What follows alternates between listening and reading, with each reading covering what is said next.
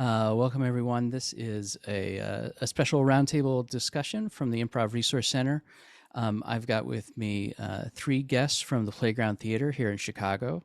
They are people who are helping to doing things with the theater, helping to I think working on an event that's coming up to do some fundraising for the theater, and then also have plans for the theater as well. And so I'm really excited to introduce these folks. I'm going to start by introducing Kaydee here, Kaydee Dolan. She is the managing director from the Playground Theater.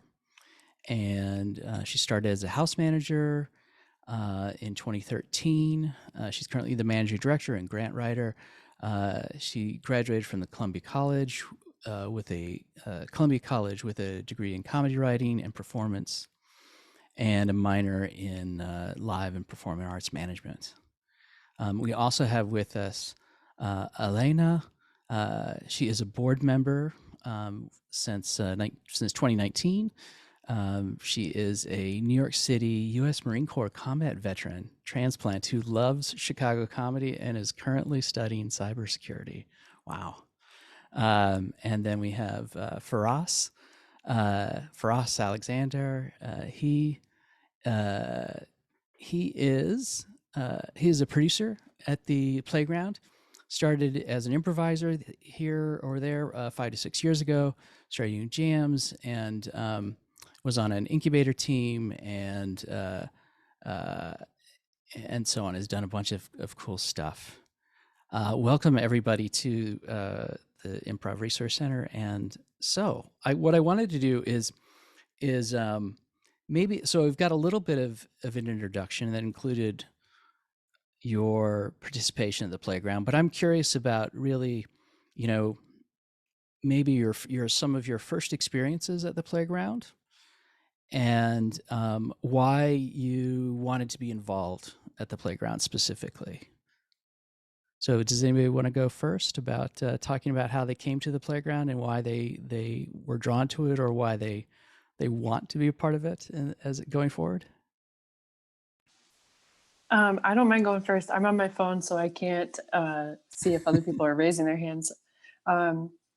I first went to the Playground with my mom. I went to a mixer, and I really liked everything that they were doing, just the freedom everybody had to play. And I asked the person who was running it if I could work there. And they said, I'm not the person to talk to about this, and gave me somebody else's email. And within about a month, I was house managing and just really fell in love with the space and the people in it. Like I said, the freedom to play, and just kept asking to do more things until I got the role that I have now. And I really like that each generation that comes to Chicago and comes to the Playground kind of writes what the space will be, what the Playground community will be. And that who we are, we have our values, but who we are is always changing based on what the community needs from us and the platform that we can offer them. Great. Yeah, the Playground, the kind of place you can go see a show and ask, hey, how can I work here? And you're working there a month later. That's awesome. Firas, I think you're raising your hand. Absolutely. So a very similar story in that I had just moved to the city, and I took an intensive, like an improv intensive over at Second City. And, it was very clean, it's like, you have that big corporation running everything, but they had a big flyer, and everyone else in that intensive class were people that were just visiting Chicago for the week to take that class. And I was like the only one that was like actually like living in the city. And I was like looking through the booklet that they gave us, and there was like, hey, there's like a jam on Monday nights at the Playground Theater. And so some of us from the class just talked about it, like, hey, let's go, let's keep doing improv. We can actually get on stage and do some stuff. And so it was super exciting. and we get to the jam, and it was a really lovely group of improvisers that were hosting it. I believe they're called Storytime. They did just a fantastic job. They usually do improv for younger audiences, so it was really interesting getting like their knowledge about how they would approach different kind of audiences, and like how they did their stuff. And I was just like blown away just by the energy in the room and how everyone was just there to have a really good time, but people were still taking care of each other and stuff. And it was just such a stark difference from just even being in that kind of like classroom setting. And I don't have any negative feelings about any theater, any space really, but I'm just saying it was the difference that really stood out to me. And I kept going back, and I made it sort of a ritual for myself. And every Monday I would keep going back. And eventually had the opportunity to audition over there, and then, got to be a closer part of the theater.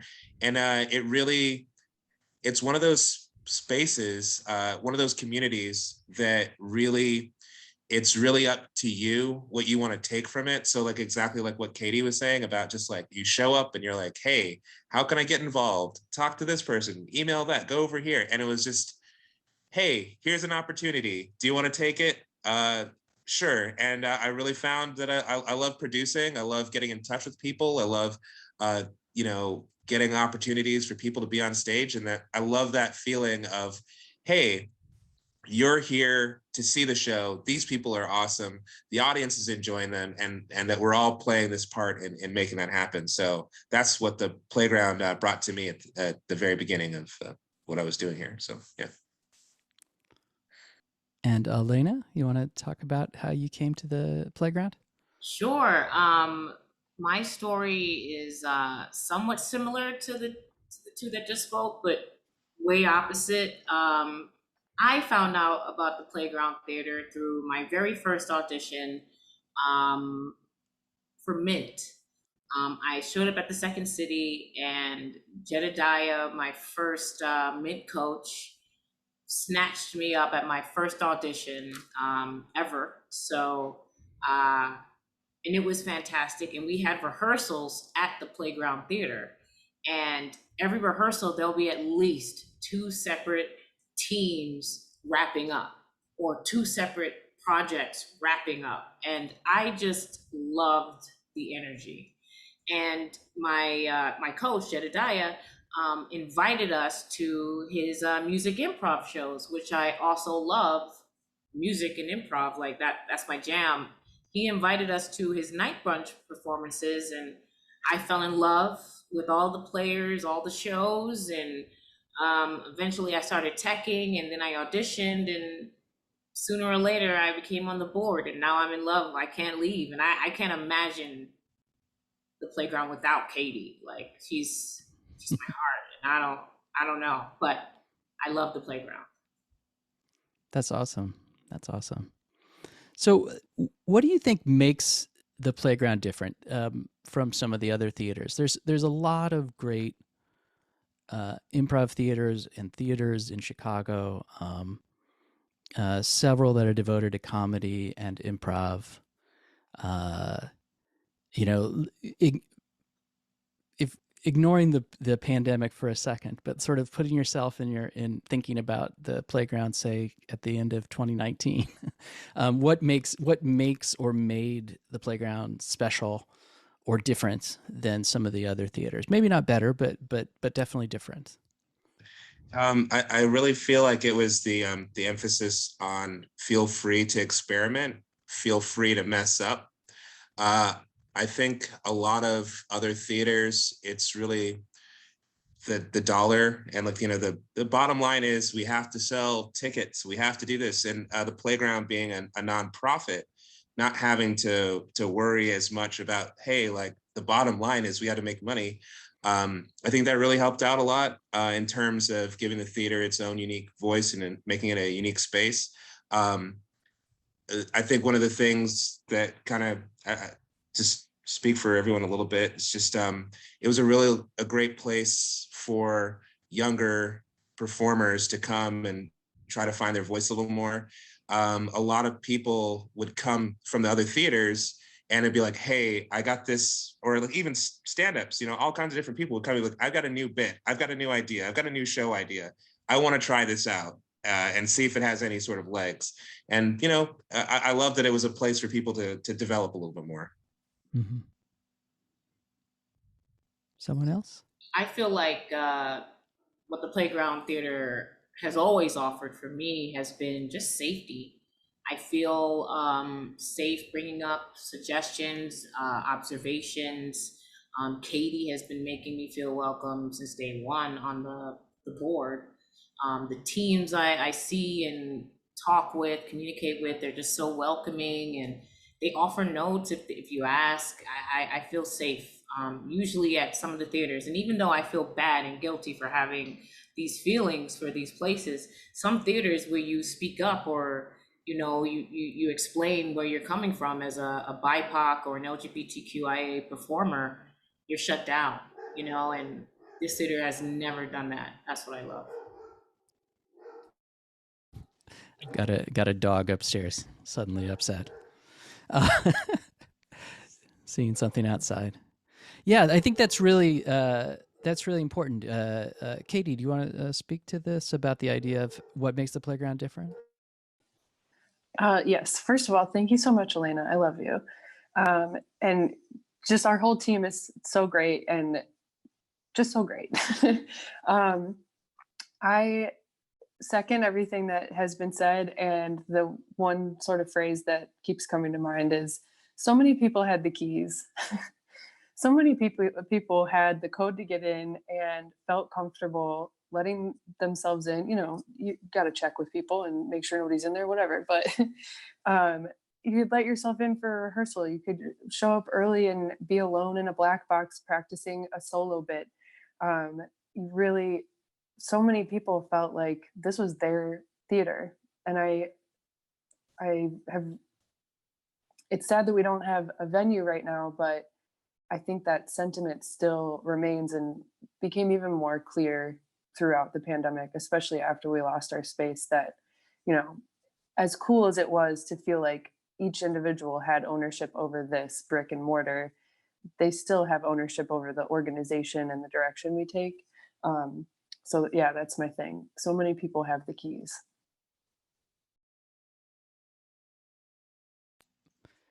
Yeah, I think that's really great. That's really great that spirit is still there, because of course that's how we, you know, I shouldn't say we. It wasn't like I was a founder of the playground, but I was around at the beginning of the playground. I was a very much cheerleader of the idea of the playground. I was at IO at the time, and I was doing well there. But I was always conscious that there were, there's gatekeepers at the different theaters, and there are people who are making decisions. Like, people aren't feeling, they're not feeling the autonomy to make their own decisions, to form their own teams, to play with the people they want to play with, and to do the kinds of shows they want to do. Or if they do, there's always these, there's always a lot of, well, we'll see if we can do that, or well, we'll give it a try for one night. And like we were saying about selling tickets, there was always that feeling that you weren't in control of your own destiny, and it was really important to the people, I think, who started it. So I think it's really great to hear that spirit is still very much a part of the place. I'd also love to talk more about, because from my perspective over the years, it's definitely been this learning experience. The idea, for instance, diversity has always been something that has been present in my head. I'm like thinking, it'd be great to have theaters that were more diverse, but I'm not an expert on that, and I've certainly learned over the years that that's not enough. Just saying we're going to open the doors to people is not enough. That there's needs to be that people need to feel really welcome and not just allowed to be there, if that makes sense. One thing I wanted to talk about next, I suppose, unless either anyone would like to respond to that, is to talk about what happened with the playground during COVID. You know, the playground had been at a space at what is that, Belmont and I can't remember what the cross street was, but Halstead. Belmont and Halstead. There was a theater for many years. That had been previous comedy theaters previously for other groups before the playground, and the playground, that space closed, or the playground left that space during the pandemic. So, if could you talk a little bit about the decision to have to leave, and maybe that can lead us into a discussion about where you're thinking about taking the playground in the future. Yeah, I think I'll take the first part and leave it to my two friends for the second. We were dealing with some professional level issues. I'm choosing my words very carefully. Prior to the pandemic, and the pandemic sort of exacerbated those. And at the end of the day, we couldn't further the agreement with the people who own the building. But throughout negotiations and everything, we were applying for grants. We're fortunate to get some small ones, and we've been part of a 3-year cohort that is granted through the Chicago Community Trust. It's called the Smart Growth Program. And we've been really fortunate to have the past 3 years be funded to some extent. So leaving the space and no longer having rent really opened up a lot of opportunities for us, as bittersweet as it was to leave the space. But now, with the grant funding that we have, we can really focus on, we have so much more space and freedom to really align our activities and our actions with our values. Paying artists is one of the biggest permanent changes that we are making with Bittersweet Fest, which I'm sure we're going to talk about more in a little bit. We're paying every artist. A lot of people have donated back what we would be paying them, and because it's a fundraiser, we really appreciate that. But we didn't give them the option to pick be paid or don't be paid. They just emailed and said, I would like to do this for free, which was really incredible. But we're dedicated to paying everybody who's going to be part of that show. So yeah, it's been a crazy, I mean, that just happened in May, needing to move. But like I said, it really opened up a lot of opportunities for us, because we got to say, okay, we may have outgrown this space, we may have outgrown this space. What will fit our next form? So I think I'll put a pin in it there and let you guys comment and answer the second part of Kevin's question.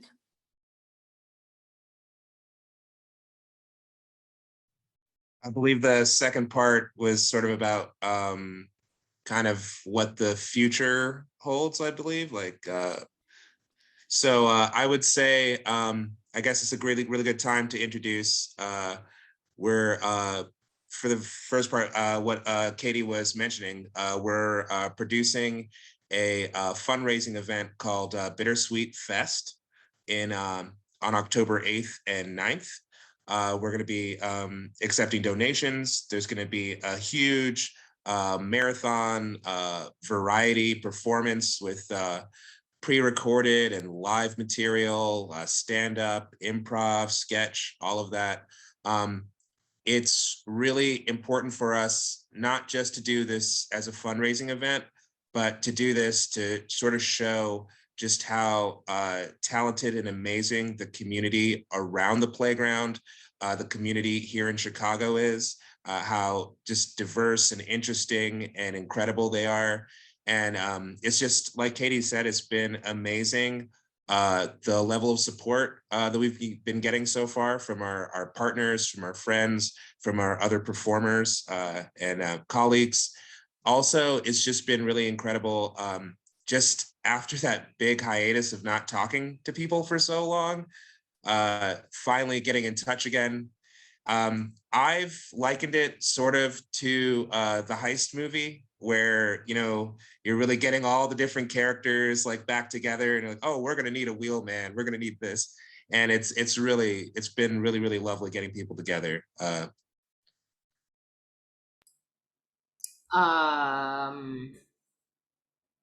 My only add to what Firas has already beautifully explained is what I see in the future for the playground is more BIPOC involvement, more hard to reach communities that just know that this is a safe space for whatever type of play you want to bring.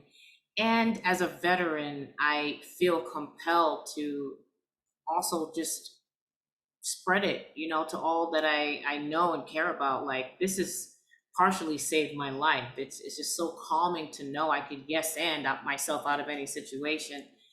I know veterans could find their own lights in an improv class, a weekly improv class, and it's stress relieving. It helps your communication skills. And I'm not a doctor by any means. I just feel in a better place than I've ever felt at the playground.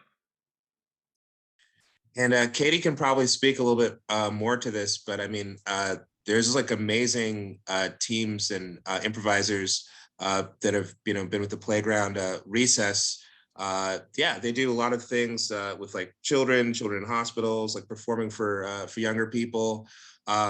I was just talking to an improviser I know the other day, and I was just really just thinking about this. Just he works in the Chicago schools with children with special needs, and I was just like, that you were like the perfect person for this. Like, having that improv training and background is so good for maintaining sort of positivity, being able to work with people that might not have the same kind of capabilities as everyone else, for communication, for having that sort of patience too.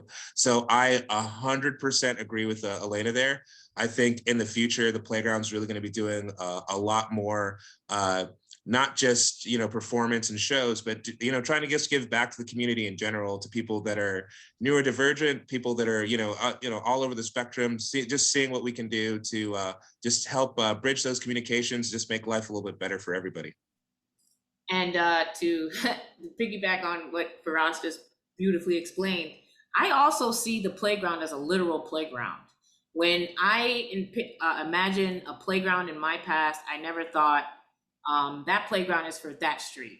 No kids on any other street can play, in that playground. I never thought that. So I would love to just spread this whole vibe, mostly via technology, with the streaming of shows and entertainment being just sacked out in the pandemic. There's a need for good entertainment, especially new and thrilling.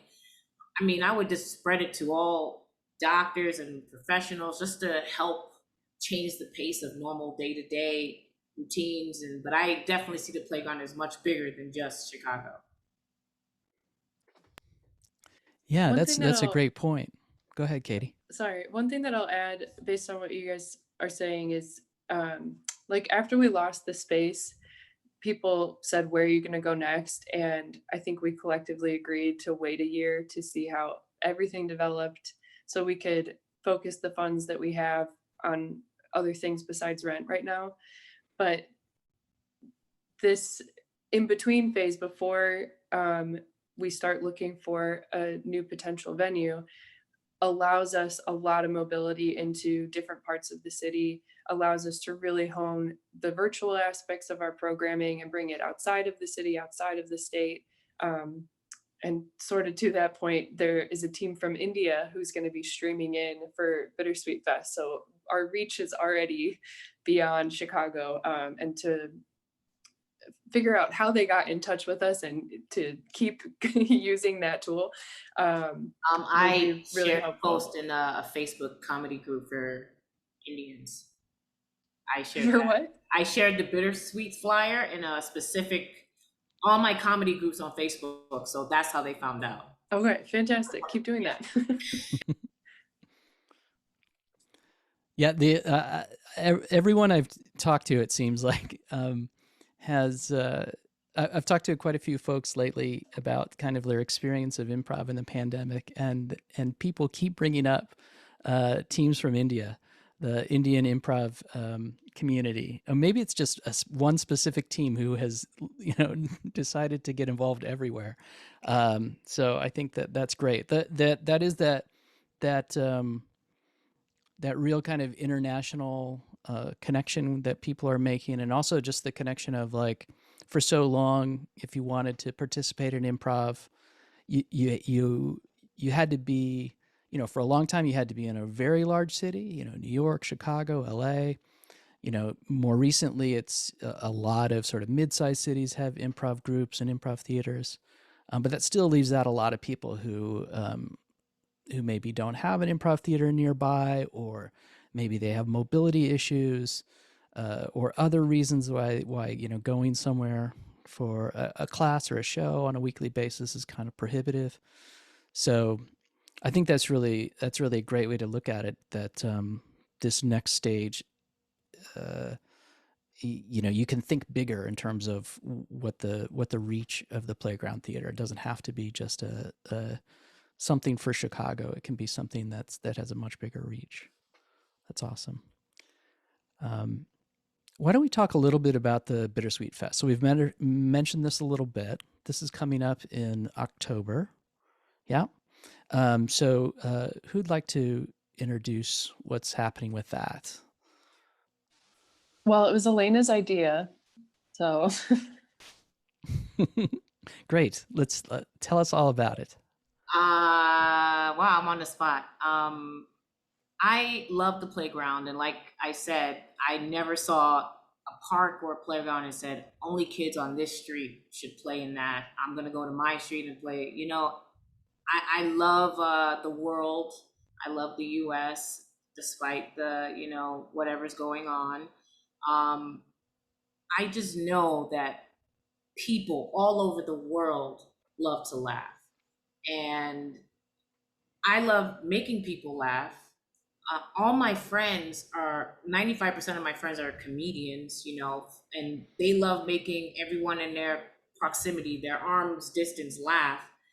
Why not connect, everybody? And I'm a bit of a, I don't know how to say this without breaking the PC rules. I'm a nerd, like tech is second nature to me. I would love to, host a 24-hour back-to-back showcase, and I could literally still. So I'm a bit of a knucklehead when it comes to my imagination, whereas it's new to me.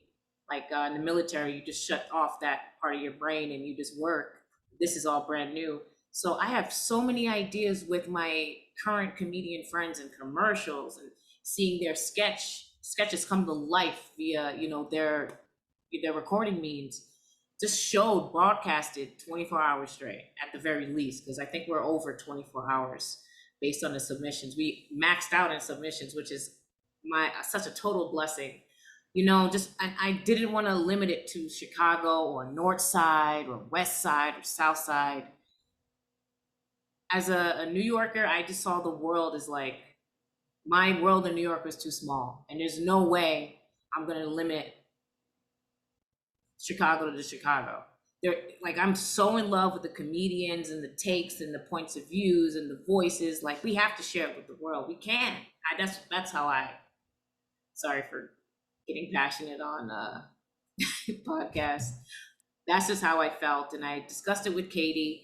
Kaydee immediately made sense of all the madness that I was just spitting out at her, and her planning ability. She showed up with a book like this, planned it out in 7 pages. I was like, oh my gosh, Kaydee, if you weren't here, I don't know where I would be. So I love you too, Kaydee. So tell us the plans then. So when is it exactly going to be? And what are some of the things that are going to be happening? Oh, great. Great question. We will have live performances, DJs, streaming live. We're going to be paying all the performers via Venmo or social media tags. We're going to be promoting several of the local theaters. We're going to be with sponsor plugs. We're reaching out to the local businesses to ask them for help as well. We're going to be broadcasting live performances held at the Lincoln Lodge, starting at October 8th, 7 p.m., and ending after midnight, like October 10th. But we're trying to squeeze everybody The in. 9th. Oh, the 9th, sorry. Squeezing in live, past midnight, but we have so many pre-recorded material to sort through. We're going to be posting that in between. We're going to have little snippets of TikToks because, who doesn't enjoy a 3-second entertainment? And then a little mini commercials every so often. I'm mostly geeked out about the technical aspects of just the live stream. I purchased this just for kicks. It's a live stream deck, whatever. So I'm really excited about the tech. I'm super excited for the art, but I'm not in charge of any of it. Great. I corrected you, but you're technically right. The morning of the 10th, like 12:30 is when we would stop. I just want to make sure. Cool. Oh, cool. that, No worries. yeah. It's over 24 hours. So it starts 8 p.m. We're going to be streaming from 8 p.m. on October 8th, maybe 7 p.m. And we're going to be streaming till the October 10th. Great.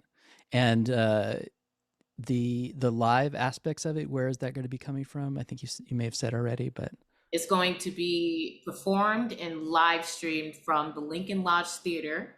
I don't know where it's located. I'm terrible. Kaydee. Well, you've got a few weeks to find out.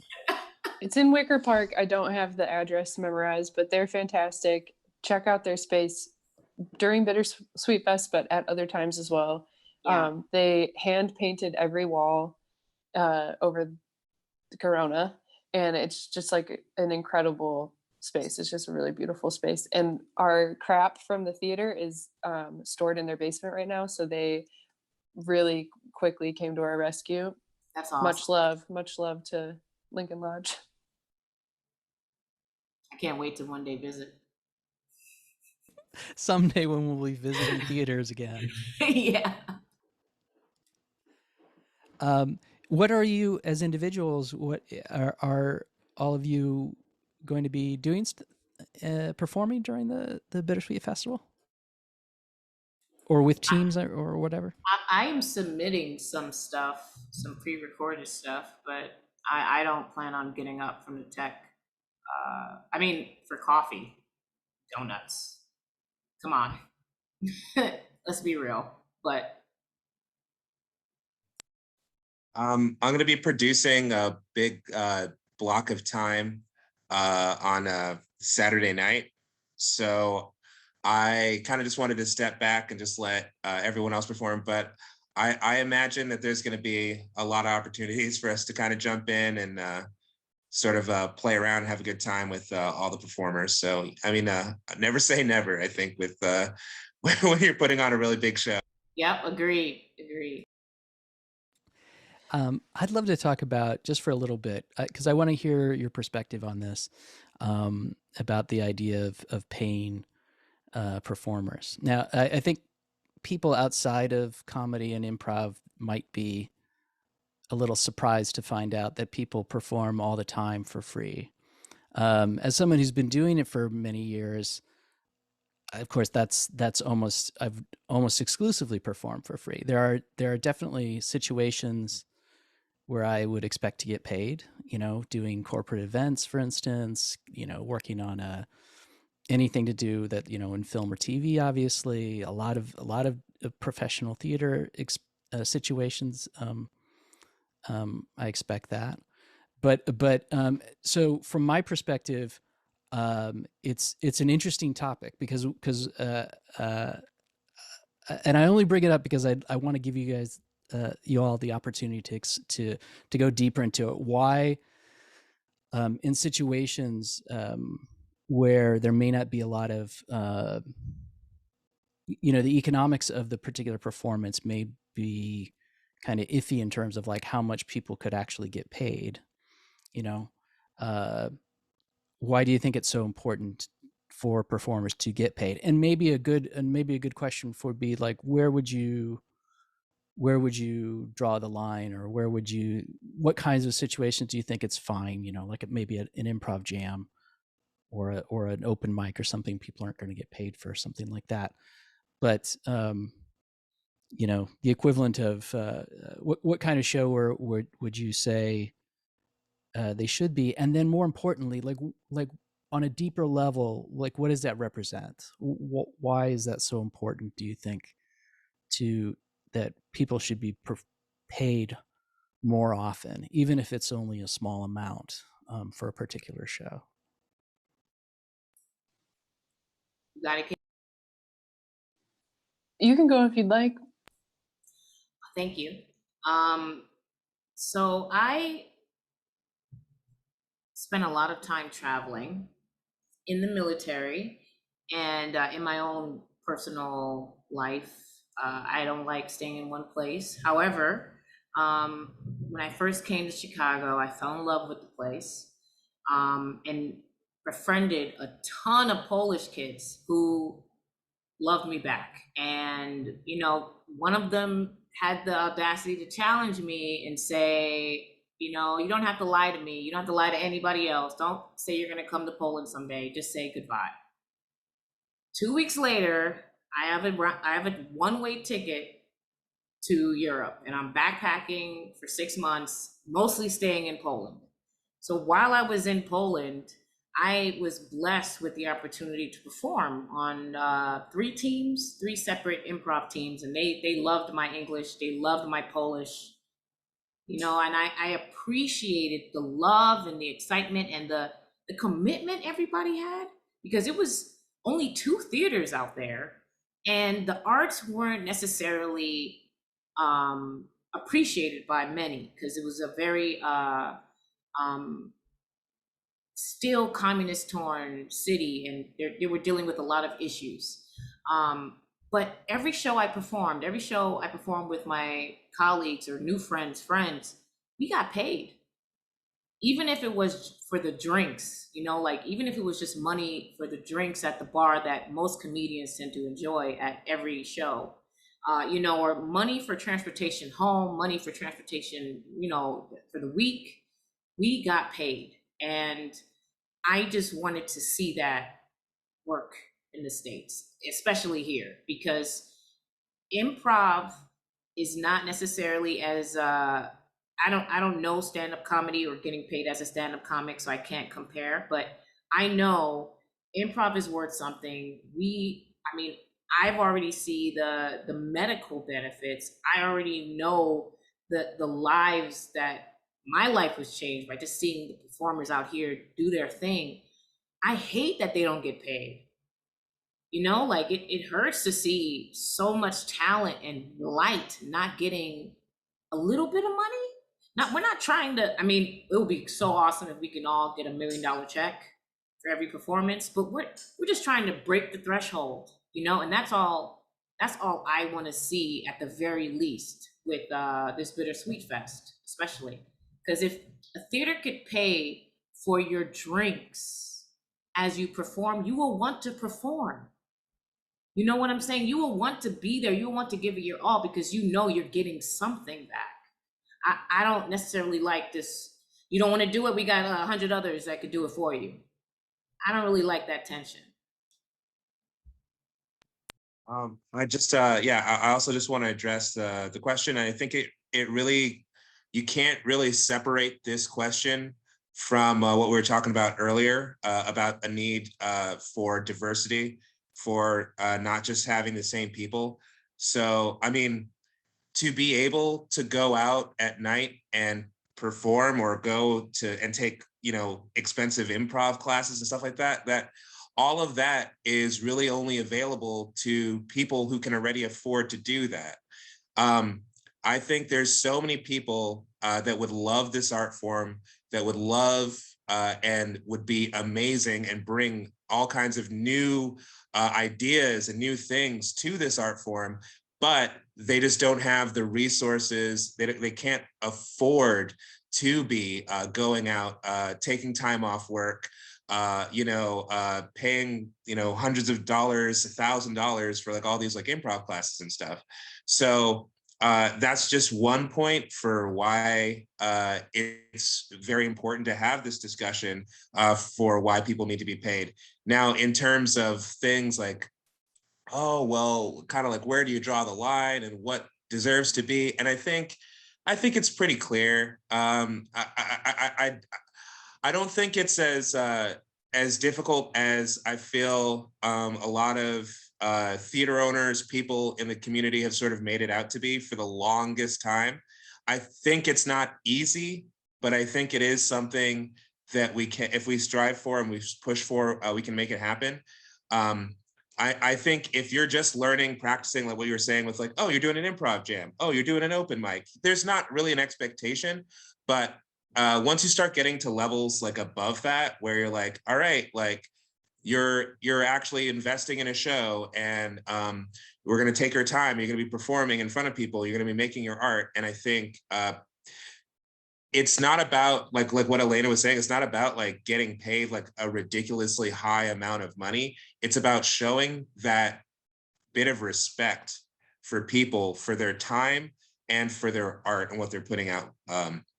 In terms of the actual logistics, it's really, really difficult. It's super difficult balancing that and finding that. But that's because I feel like people have, instead of like really trying to tackle the issue, sort of just like, let's keep our heads in the ground and, like, let's just not deal with it. And the problem will just go away, when instead the problem just gets worse and worse every year. And it's just, it hasn't gotten much better. So sorry for the rambling answer, but. No, I think it's great. I really did want to open it up and give you a chance to talk about it more directly, because I think when, just people from my generation in the improv world who've done many years of performing for free, I think we're blinded by our own experience. It's like, well, we all did that, we never got paid to do, we did hundreds of shows and never got paid for those shows. And a recognition of like, we were doing them for other reasons. There were other rewards to them, of course. But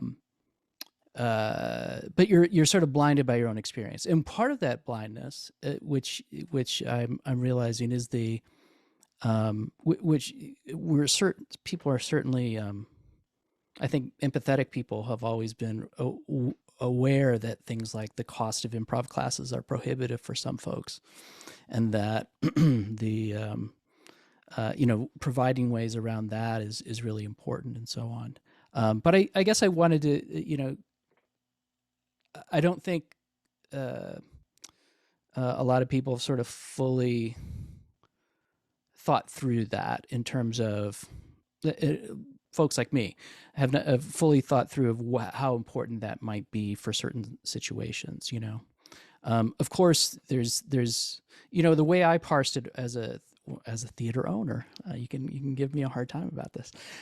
We had a theater for a while, Under the Gun Theater, in Wrigleyville, and we had an ensemble of folks. And as a rule, people generally did not get paid, but as much as possible, we did try to pay people. And what that meant was if you were if a particular show was successful. So like, I had a show that people worked very hard on, and we ended up, we had a run of 8 or 10 shows, I can't remember, and most of them sold out, and we had a profit, and I basically just sort of doled out most of the profit to the performers based on how many shows they had done. So things like that. But it wasn't like it was, there were a lot of shows that were not successful at all. where you would, a lot of shows got canceled, and a lot of shows only had 4 or 5 people, and so on. And so if we were to sort of divvy out money, it might be as simple as, a drink, if that, so I've always wondered about like the difference that in those situations, would it really make a difference? you know, if it's doing a show for free versus doing a show for $5 or $10, which is, you know, in a lot of these situations. Now, of course, if you were, I don't know, if you were performing with improvised Shakespeare, for instance, who were for many years were selling out 100-seat, you know, the idea of doing that show and not getting paid would be terrible. And I'm pretty sure they did get paid. I'm sure they got paid. But anyway, so I just wanted to, but I think part of what someone like me is not seeing is that how much of a difference that might make to folks whose time, you know, their time is worth a lot more money in a sense than or I don't know. I think you could probably explain it better than me. If feel free to respond. I was sorry for trying to interrupt, but I was saying that there's plenty of shows that sell out, and for one, Three-Peat always sold out shows at IO, and they never got a dime. And I always thought, you know, if anybody gets paid, at least they're getting paid for showing up, doing exactly what the other person did to, you know, to get the same money. Certain teams were like picked to get treated fair, and Shantira is about to win an Emmy. Like I don't know why. I mean, my passion is trying to get ahead of me. I feel like just the assurance that the theater is trying its best to take care of the artists it's so relieving for part of your mind that people tend to just overlook, but it calms me out. You know, it makes me feel comfortable showing up late, early, whatever, you know, to any place. And if I even got a drink for a show that I showed up to and was canceled, I would never leave that team. That's just me. You know, like if you got me a shot just for showing up, I'd never leave. Yeah. And that's the type of person I am. Not because I need the money, or like if you don't pay me, you know, I'm not going to perform at all. I'm not going to even put out. I'm not going to show up next practice. I just respect the mutual respect, as Firas so beautifully pointed out. Yeah, that's a great example of Three-Peat. Like, there's no reason they did great shows. They had sold a lot of tickets every time. And I was not aware that they didn't get paid. You know, and that's true of a lot of teams over there. But there's definitely this thing of like who negotiates the deal for a particular show. I mean, I don't want to.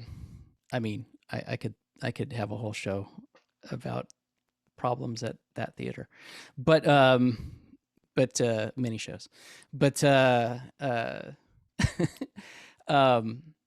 I think that's an like in a lot of places those decisions feel very capricious, right? And they don't feel fair. They're not laid out very clearly in the beginning of like, you know, you sell X amount of tickets and you get it, you know, you'll definitely get a percentage of the profits, that kind of thing. I think one of the great things about the playground in the sort of way it got started was this desire to self-produce, right? There were people on teams, many of them from IO, some from just self-formed teams outside of IO. And they wanted to perform. They wanted to be a part of something. But for whatever reason, their team had gotten cut from IO or whatever. And I guess another thing I'd like to spend a little time talking about, because I think I've been thinking a lot about this lately, is just the community aspects of improv. You know, I've been thinking about, for myself, I've been doing improv for many years, and I've had to take a substantial break from doing it because of COVID and also because of some work related things, and wondering if I should go back to it. You know, what is in it there for me? You know, what's in it for me, if that makes any sense. And I think back to when I was beginning and how important it was to provide a community and how many friends I made through that process and just the experience of it. And I wonder if anyone would like to talk about that. I think you do great, Kevin. I think you have a great voice, and you're pretty comfortable. Like I feel comfortable talking with you. So I think if you were to come back to improv, I'd welcome you with open arms. Well, thank you. Thank you. I would love to improvise with you. First of all, I want to do a quick shout out to Shantira Jackson and Patrick Rowland. Shantira ran our incubator program for a year, and Patrick was a teacher of ours when we were running classes, and they are both on their come up. Congrats. Cool. To answer your question, don't forget about us. To answer your question, That's a fact. please don't forget about me. Sorry, no, is that childhood trauma? Anyway, I will never forget you, Kaydee. thank you. I Right love back you. at you. Right back at all of you. I think what we are all learning from the pandemic outside of the theater community and definitely within it is, how do we make this work for us? For a long time, my motto was, we'll make it work, because we're a nonprofit theater. Everybody's volunteering. What we have, we'll throw together and make something clumsy but beautiful. But the pandemic really made all of us, I think, say, this or that is not working for me. How do I make this truly work for me? So, like you said in the opening, places like the playground need to exist so people have true freedom to play, and they don't need to fit, within a specific framework. So as we all get back into this in different ways, I think holding that principle close is going to be important. How do I make this work for me? Because if you have extended yourself beyond your means, beyond your will to perform, or the joy you get from doing this work, then it's not working for you anymore. And our platform and platforms like us, I think, are really focused on that a more humanistic approach, really seeing the people who come to our venue at the time, but to wherever we are or wherever we end up, and quickly integrating whatever they have to bring to the table into the fabric of what we do. So nobody's losing parts of themselves to try and fit some mold, both on stage and within the organization, at least for the playground. That's really important. So come on back, buddy. I realize it sounds like I'm asking to, can I please be on an incubator team again? I was more like, I think that improv is this. When I was in New York, there was somebody who talked about, he loved to say this, they don't call it show friendship, to justify whatever crappy thing he wanted to do. I was always somebody who cared very much about the art of improv. And I realize, and I still do care about that quite a bit, but I also care about the relationships that you build in improv, and the way that I saw it in Chicago, I saw it in New York, where people's lives were really transformed, and not just the people who went on to, have a career in comedy or something, but really the going from, I've moved to this city, I don't have the kind of rich social life that we all deserve, and they get involved in this thing, and they make friends like you did at your Second City class, and you start going to improv jams together, and maybe you get perform together, and it's like, I feel like you form the kind of friendships that you form when you're kids, and you form the kind of friendships that people form when they go to college, or maybe even the military, where you're with people and you really get to know them in that way. The kind of friendships that don't tend to form with a lot of people's work situations these days. And there are other, and maybe especially this last year and a half, where, the social life is through a webcam. So how I'm going to put you on the spot. How is that going to be important going forward? Providing a place, the thing I would challenge you to do, providing a place for people to make those kinds of lifelong friendships and relationships with each other. I've never met Alaina in real life yet. We've sort of just been working together through all these virtual means. But I feel like I would love to be like best friends with you. You know what I mean? I think you're completely right about there's something about I feel like the type of person that this improv world sort of attracts, and especially I feel like with the community of the playground specifically. I feel like a lot of other theaters, I'm not going to name theaters and names, but I mean, some theaters are kind of like, all right, this is a theater I kind of want to be seen at, like, oh, right, I'm doing this socializing thing. No one was ever at the playground because it was like oh, cool place to be seen or something, right? No one's there at the playground because it's like, all right, this is the spot where it's just finally going to happen. Like Lauren Michaels is going to walk through that door and be like, hey, what's going on over here? That's what I loved about it. It's when we had that space, it was sort of just about you're there because you want to have a good time, you want to perform, you want to get better at what you're doing. And I feel like now with how we're pivoting in for the future from this pandemic, it's like we're going to have way more opportunities to do that. We're going to be able to find a new space for the theater.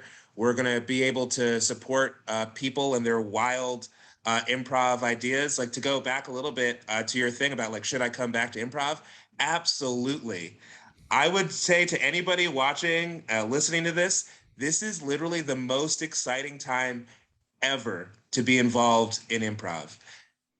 If you wanted to start something, if you wanted to do something, a lot of the people that were kind of like, hey, no, you can't do that, or hey, you can't do that in my spot right now, they're gone. They're not running things anymore.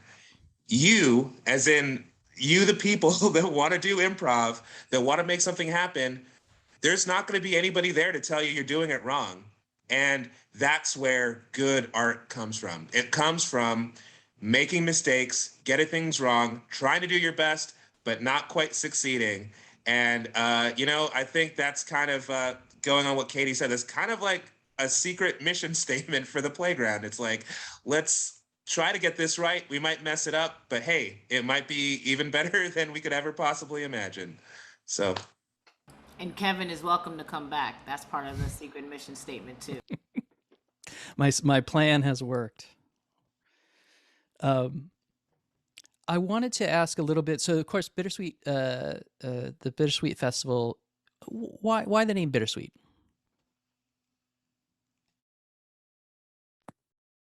I gotta switching between my headphones and my charger because why would they not give you both ports? Okay, so just so you know.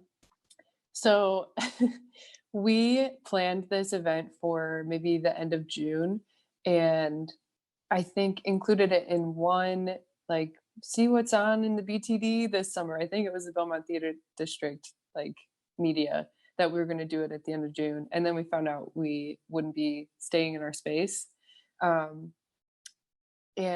it was either I'm confused. Maybe it was bittersweet that we were coming back in the Halstead and Belmont venue with everything else going on, and we came up with it then, or it was after we realized that we weren't going to stay in the space and again assign that name because it sucks what we've been through in the last year plus, but it's super sweet that we're putting on this cool ass show with people from all over. So I think it really is a word that sort of covers the whole last year and a half. Like shitty things have happened. Can we swear on this? And but I think a lot of people, most people have learned a lot about themselves. They've had positive changes from the forced break that the pandemic gave us. So I think it's a good word for just everything that we've been through and the weird way that we have to come back together. And the bit part of bitter. Yeah, and lots of bits.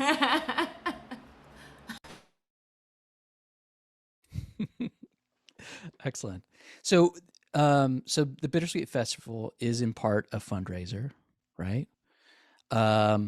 What are you raising money for? So, what are the goals in terms of how much how much you're trying to raise, if you do have a number, and then also, um, where is that money going to go in the near future? What kind of programs, or just, yeah, what are you going to use the money for?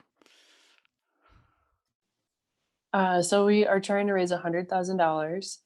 That will go to three different things. One is paying artists, as I mentioned before. That is a permanent change we're making, and sometimes it may be $5, sometimes it'll be more, and we'll work with the community. But everybody's getting paid. Um, yeah. So 100 grand to pay our artists, to really like bolster our youth and community outreach team. They have separate funding, but it's a huge dedicated team that a lot of them are still volunteering to do the admin work. So really building that out. They're the only program of ours that lived throughout the pandemic. They switched to virtual. They got a partnership with After School Matters. They're doing really incredible things. Um, so to really channel and dedicate our funding to the incredible work that they're doing. And then third, and we put it third because we're not really sure how this is going to shake out, but we do intend to get a new space at some point. And we want to set a little bit aside to have maybe 6 months rent already in the bank, so we don't need to worry about that. So that's our 3-prong fundraising goal.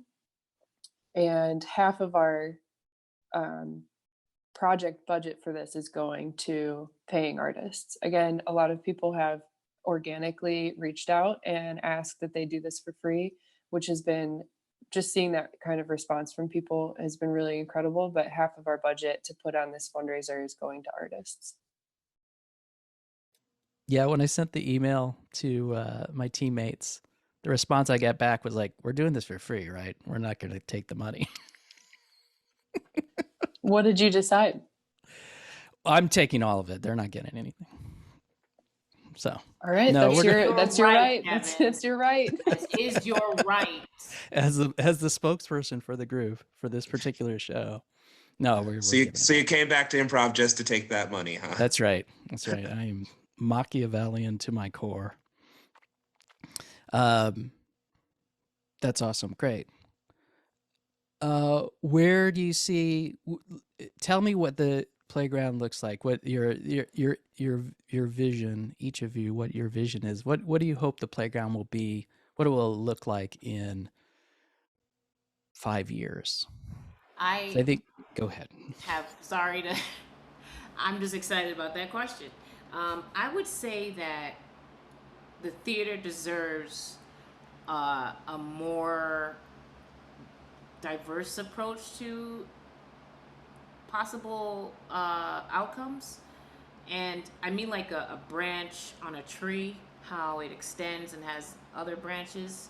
What I see for the playground in the next 5 years as part of one of those branches is like a definite permanent digital presence, especially for veterans that don't want to come to the theater, or don't want to come to Chicago to, just they're in a different place, and I don't want to exclude anybody from playing.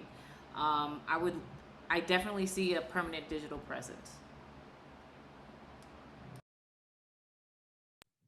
I see myself like walking into the venue for the theater, and I walk by like a small little studio where people are podcasting, and they're getting to use the space without paying a ton of like money, and they have access to like all kinds of cool equipment.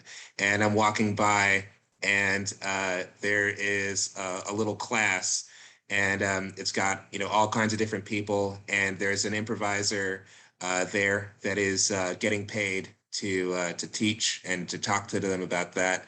And I go and I get to the actual stage part, and there is a team rehearsing and some other people watching and commenting and laughing, and later on is still just a place for people to hang out, to be part of a community together, and to just enjoy this art form that we all love.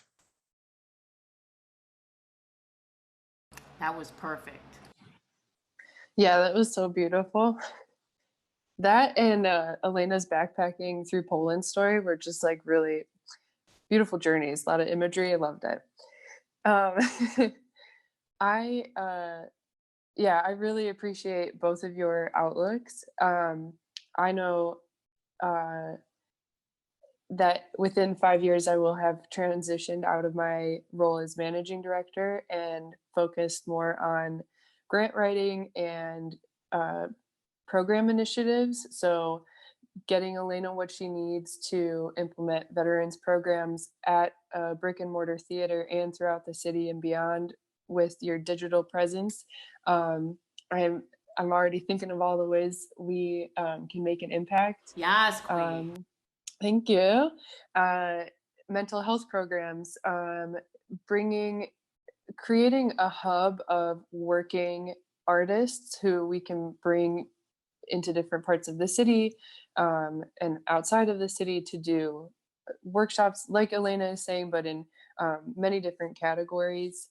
Um, and really just being a community hub in a lot of different ways. I don't know if I lost you towards the end of that, but being a community hub in many different ways. Um, yeah, I'm really proud of us for making it through this pandemic, and um, I've learned a lot personally, and I've tried to I've been managing director for 8 years, not 8 years. I've been working there for 8 years, so maybe it's more like six. But I've been managing director, and that's a long time. I've made a lot of mistakes. I've used this time to really listen and try to lead from a different place, from a place of growth. Um, so seeing seeing things that I had some small part in initiating being taken by the next generation of people to call this place home will be really cool for me personally. And I want to be of use in the ways that I can, but without my perspective sort of at the helm like it's been over the last few years, and really see what the next generation creates out of this entire organization and the work that we're doing.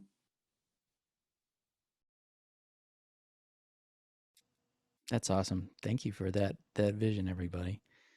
Um, one thing that's really kind of touched me a little bit is just the how Alaina, when you were talking and at different points, how important the name of the playground is and what that concept is for you, and that makes me so happy because I remember when that name was suggested way back in those early meetings and how people really loved it and really loved the idea behind it. And then, of course, it's years and years later. That's kind of like faded from my memory about like it's just a name. It's the name of the theater, like other but that it really does say something about the hopes for what the playground would be and would always be.